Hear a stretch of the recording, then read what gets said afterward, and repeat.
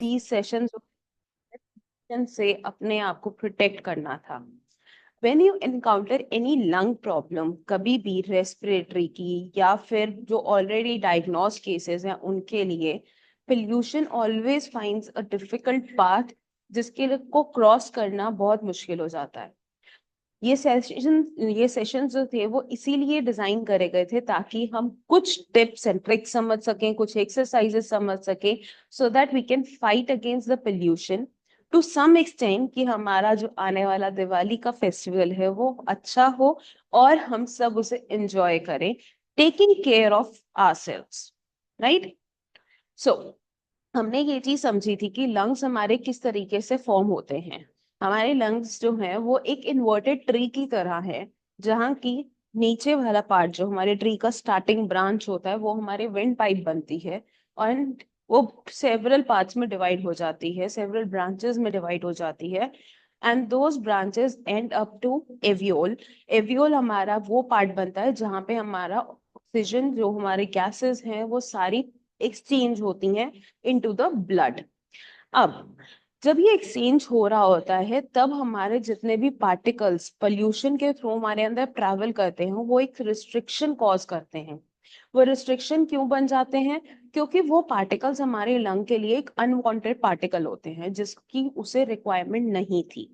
जिस चीज की उसे रिक्वायरमेंट नहीं थी उसको वो अपने अंदर जैसे ही देखता है तो उसका एक प्रोटेक्टिव मैकेनिज्म है, या तो वो उस एरिया को स्वेल अप कर देगा या उस एरिया को बंद कर देगा। अब बंद करने पे हमारी रिस्ट्रिक्शन आ जाती है, स्वेलिंग होने पे ऑब्स्ट्रक्शन हो जाती है। ये दो मेजर रीजंस होते हैं हमारे लंग इश्यूज आने के लिए, रेस्पिरेटरी इश्यूज जिन्हें हम बोल देते हैं, commonly known as COPD, asthma, emphysema, TB. ये सारी इसकी बाइफर्केशंस हैं जो कि अलग अलग तरीके से हमारे लंग्स पे इफेक्ट करती है। किस तरीके से इफेक्ट कर रही है, किस लेवल पे इफेक्ट कर रही है, बस उसके बेसिस पे ये सारी डिसीजेस आती हैं, राइट। नाउ इससे फाइट करने के लिए हमारे को किन चीजों का ध्यान रखना है? सबसे पहले हमें इस चीज का ध्यान रखना है कि जो हमारे पार्टिकल्स हमारे पॉल्यूशन में आ रहे हैं वो कौन से हैं। तो हमने पता किया था कि हमारे पीएम के नाम से, पार्टिकुलर माइक्रोन के नाम से सबसे कॉमन पार्टिकल्स जो होते हैं वो हमारे को पोल्यूशन में मिलते हैं, जहाँ पे भी हाई पोल्यूशन एरियाज जो होते हैं, जैसे कि कार का इमिशन हो गया, एसी के इमिशंस हो गए, रेफ्रिजरेटर के इमिशंस हो गए, उनकी वजह से। सेकेंडली हमारे पास आते हैं कार्बन मोनोऑक्साइड, ऑक्सीजन के साथ साथ हम ये गैसेस जो हमारे पास आ रही हैं वो आ जाती हैं, नाइट्रोजन, सल्फर, जो कि एक तरीके की हिंड्रेंस बन जाती है हमारे लंग के लिए, राइट। अब इनको फाइट कैसे करना है? तो फाइट करने के लिए हमारे को हमारे लंग्स को इतना ज्यादा स्ट्रेंथन करने की जरूरत है, इतना ज्यादा एक्टिव करने की जरूरत है कि वो उसके अगेंस्ट काम कर सके। अगर हमारे लंग्स में ऑलरेडी सिर्फ 10% की कैपेसिटी है और उसके ऊपर से उसको 5% की ऑब्स्ट्रक्शन दे दी, तो वो 5% ही काम कर रहा है ना, हमें उसी को बढ़ाना था। सारा फोकस उस चीज पर आ गया। दूसरा कि ये जो 5% का पोल्यूशन हमारे को इफेक्ट कर रहा था, उस 5% को हम कम कैसे कर सकते हैं? मास्क की जरूरत है, एनवायरनमेंट क्लीन रखने की जरूरत है, अपने घर का एनवायरनमेंट जितना ज्यादा प्योरीफाई कर सकते हो उसको प्योरीफाई करने की जरूरत है, अपने रेगुलर टेस्ट करवाने की जरूरत है ताकि आप अपने लंग कैपेसिटीज का एक वैल्यू अपने पास रख सको, रेडी टू नो कि हमारे को इस टाइम पे, इस डेट पर इतनी ऑब्स्ट्रक्शन थी, और इस एक्सरसाइज करने के बाद या ये प्लान लेने के बाद मुझे इतना बेटर फील हो रहा है। तो आपके पास वो सारी इंफॉर्मेशन होनी चाहिए, तो वो टेस्ट के थ्रू हो सकती है। So you have to get your regular test done. इसके साथ साथ अपना डाइट जो है उसको इम्प्रूव करना है। डाइट में हमें क्या चीजें जरूरी हैं? एक तो हमारे सबसे पहला वाटर, वाटर का इनटेक बढ़ाना है, जितना अच्छा हमारा वाटर का इनटेक होगा उतना बेटर होगा। दूसरा, वाटर इन अदर फॉर्म्स, हमेशा पानी पीना इजी नहीं है, तो इलेक्ट्रोलाइट्स लेना है, जूसेस लेना है, ताकि वो आपको एनहांस करें, एक तरीके का हाइड्रेशन प्रोवाइड करें। इसके साथ साथ जूसेस जो होते हैं वो हमारी बॉडी में एक लुब्रिकेशन का भी काम कर देते हैं। तो लंग में अगर कोई रिस्ट्रिक्शन होगी वो इसको लुब्रिकेट करेगा तो वो और बेटर मूवमेंट देता रहेगा एयर के लिए। इसके साथ साथ हमारी बॉडी में जितने अच्छे न्यूट्रिएंट्स प्रेजेंट होंगे उतना ही वो इन पोल्यूशन के पॉल्यूटेंट्स के अगेंस्ट फाइट कर पाएंगे। तो उसके लिए हमने बोला था कि हमारे को गार्लिक हो गया, जिंजर हो गया, नॉर्मली अदरक, लहसुन, हल्दी, इन सब चीजों को अपनी डाइट में और इन्वॉल्व करना चाहिए। और इसके साथ साथ कुछ नट्स, जैसे हमारे ड्राई फ्रूट्स होते हैं, वो हो गया, क्या बोलते हैं, वॉलनट हो गया, सनफ्लावर सीड्स हो गए, आलमंड हो गया, रेजिन्स हो गए, बादाम, काजू, किशमिश, अखरोट, ये सारी चीजें हम बोलते हैं ना हमें खानी चाहिए, अच्छी होती हैं। क्यों बोलते हैं? क्योंकि उनमें वो न्यूट्रिएंट्स प्रेजेंट हैं, राइट। इसके साथ साथ हमने बात करी थी कि मास्क पहन के रखना है, प्रोटेक्ट करना है अपने आप को। इंडोर प्लांट्स लो, एयर ह्यूमिडिफायर्स रखो घर के अंदर, ताकि जितना आपका घर का एनवायरनमेंट है उसको आप ज्यादा से ज्यादा प्रोटेक्ट कर सको। घर का एनवायरनमेंट हमारे कंट्रोल में है, बाहर का एनवायरनमेंट हमारे कंट्रोल में नहीं है। तो जो हमारे कंट्रोल में है उसे बेटर करते जाओ, जो हमारे कंट्रोल में नहीं है उसके लिए अपने आप को इतना ज्यादा स्ट्रांग कर लो कि वो उसके अगेंस्ट फाइट कर सके, राइट। अब अब बारी आती है हमारी एक्सरसाइजेस की। एक्सरसाइजेस में हमने स्टार्ट किया था ब्रीदिंग से, namely deep breathing exercise, diaphragmatic breathing, active cycle of breathing, जिसमें कि हमने बात करा था कि हमारे जो ब्रीदिंग का साइकिल है हमें पहले उसे रिदम में लेकर आना है। एक बारी वो रिदम फॉर्म हो जाता है, फिर आपने उसमें अपने बेली को यूज करना है ताकि आपका डायफ्राम वर्क करे। डायफ्राम वर्क करेगा तो उसके साथ साथ आप अपना म्यूकस किस तरह से कफ आउट कर सकते हो वो करेंगे। सो स्टार्ट विद ब्रीदिंग का, जब हमने एक्सरसाइज करा था, you need to start with your breathing, maintain करके चलना है। पहली साइकिल, पहली एक्सरसाइज में हमने काउंटिंग करके किया था, 3-4-3 का रेशो लेकर, जिसमें हमने ध्यान दिया था कि 3 सेकेंड्स का हमें इनहेलेशन करना है, 4 सेकेंड्स का हमारे को होल्ड करना है अपनी ब्रीथ को, और फिर 3 सेकेंड्स का अगेन एक्सहेलेशन देना है, जिसमें कि हम उसको धीरे धीरे पुश आउट करेंगे।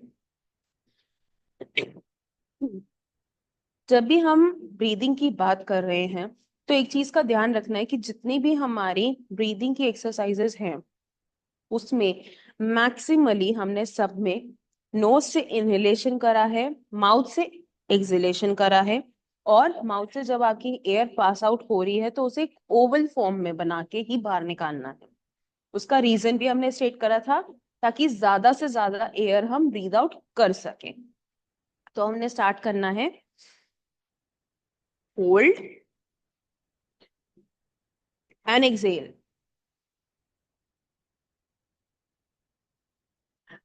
नेक्स्ट हमने करी थी डायफ्रामेटिक ब्रीदिंग, जिसमें कि हमने फोकस किया था अपनी बेली के ऊपर। बेली को हमने फुलाना है ताकि हम अपने डायफ्राम को वर्कआउट करवा सके। तो उसके लिए हमें क्या करना है, यू ब्रीद इन और अपने बेली को pull out.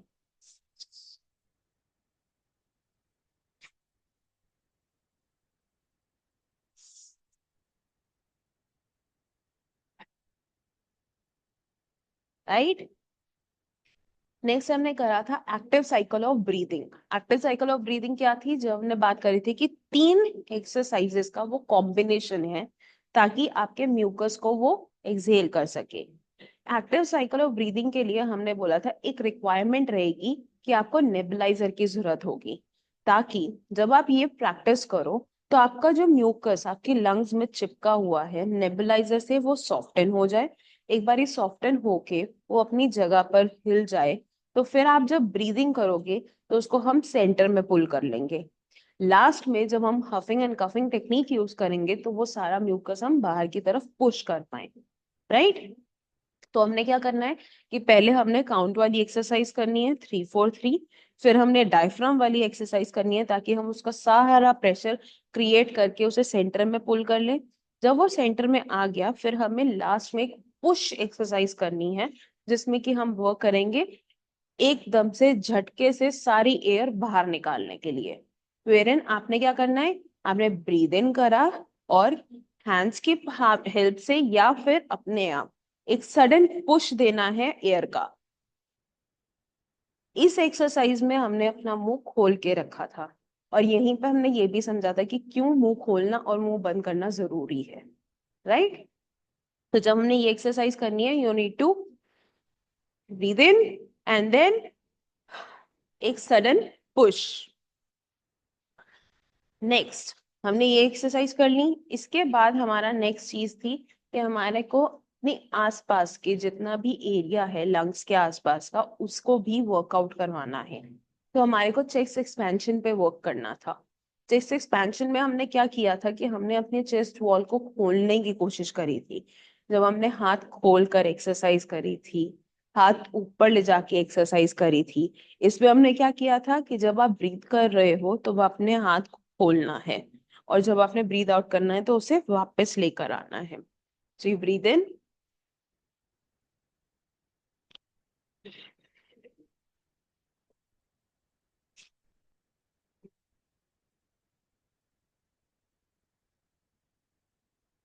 Right. Same way हमने अपवर्ड्स करा था।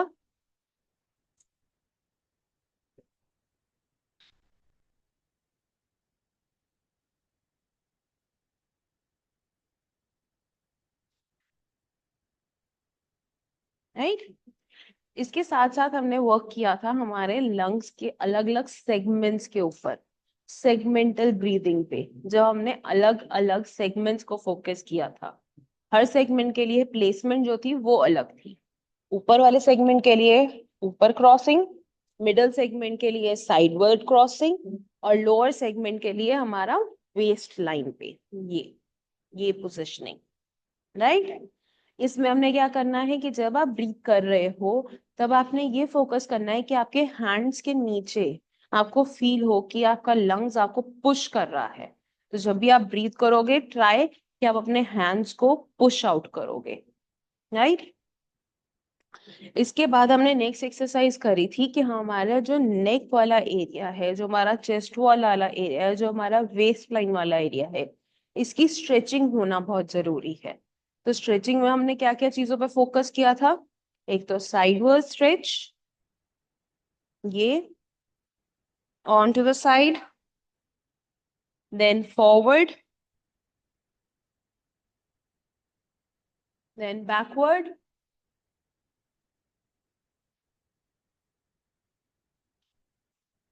राइट। फिर हमने मिडल वाले एरिया को कवर किया था जहां पे अपने हैंड्स अपने सर के पीछे रखे, and we pulled your elbows back. So you pull your elbows back and relax. Again, you pull your elbows back.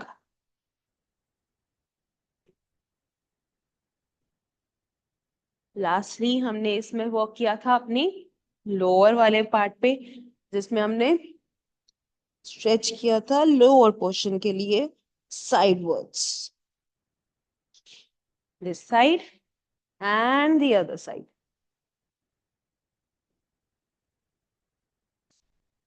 Right?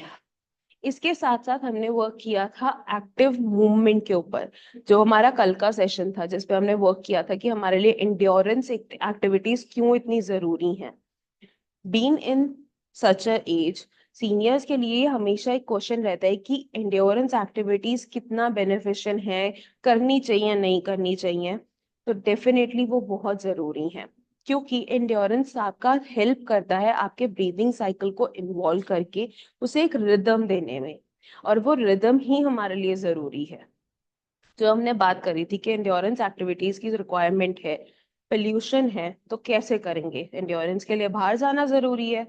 It's not always necessary कि बाहर जाना भी जरूरी है। घर पे हमने ऑन स्पॉट वॉकिंग की बात करी थी, हम एक ही जगह पे खड़े होके मार्चिंग कर सकते हैं। घर पे अगर स्टैटिक साइकिल मिल सकती है तो स्टैटिक साइकिल का यूसेज है।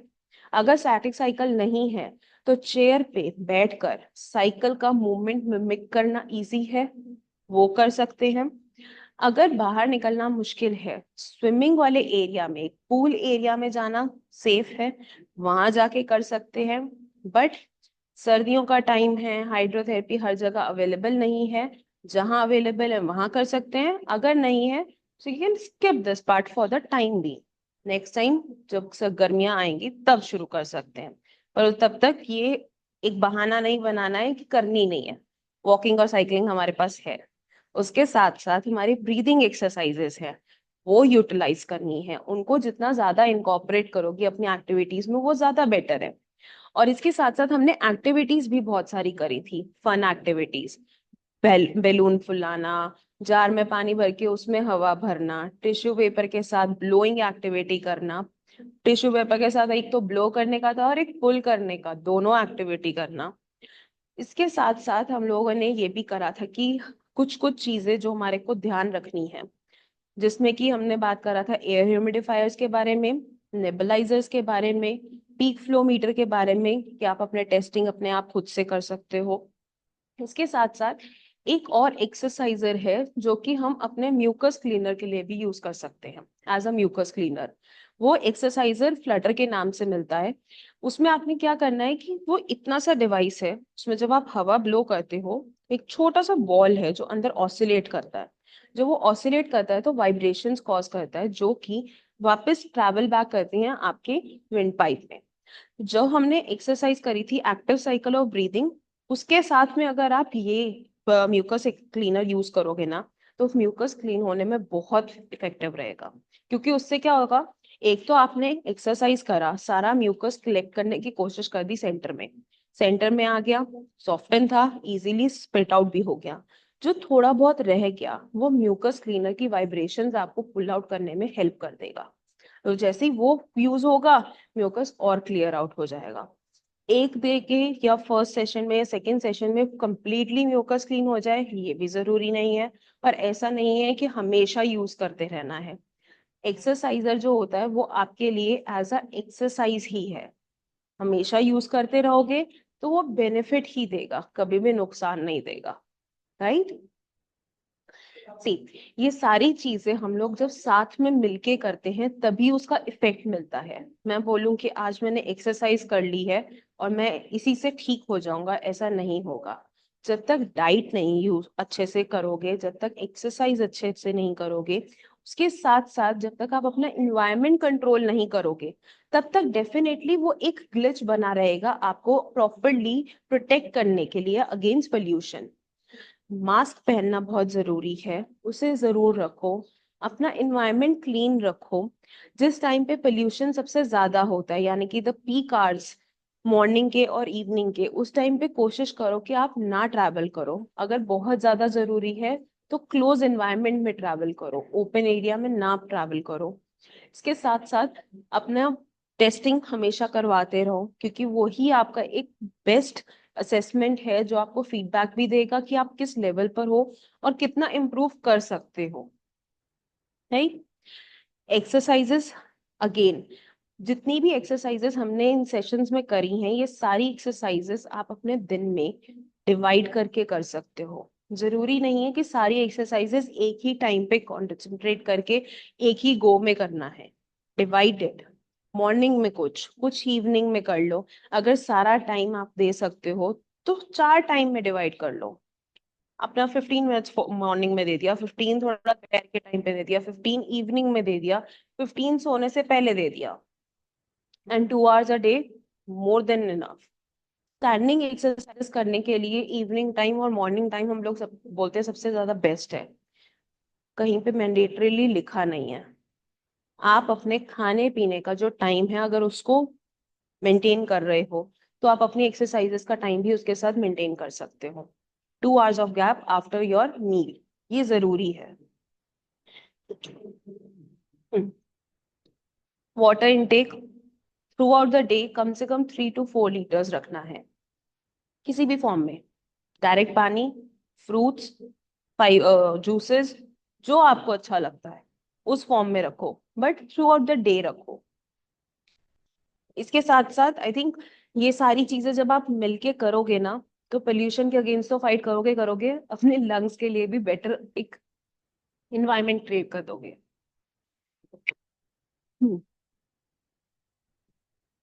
सॉरी टू से, अब हमारे सेशंस खत्म हो गए हैं। This was the last day. I hope you have enjoyed all the sessions. You enjoyed all the sessions. आप एक्सरसाइजेस को अपनी सारी रूटीन में इनकॉर्पोरेट करोगे। Just in case you feel कोई प्रॉब्लम थी, कोई चीज का इशू था जो समझना चाहते हो, ग्रुप कुछ टाइम के लिए ओपन किया जाएगा for queries. Send in your queries, जो भी आपको लगता है you want to ask, you want to understand, will help you figure it out. 1 to 1 consultation करना चाहते हो वो भी हो सकती है। you can contact the admin. They will help you with that. Other than that, I hope you have safe Diwali. You enjoy Diwali. Take care of yourself. Namaste, everyone. Hope to see you soon again.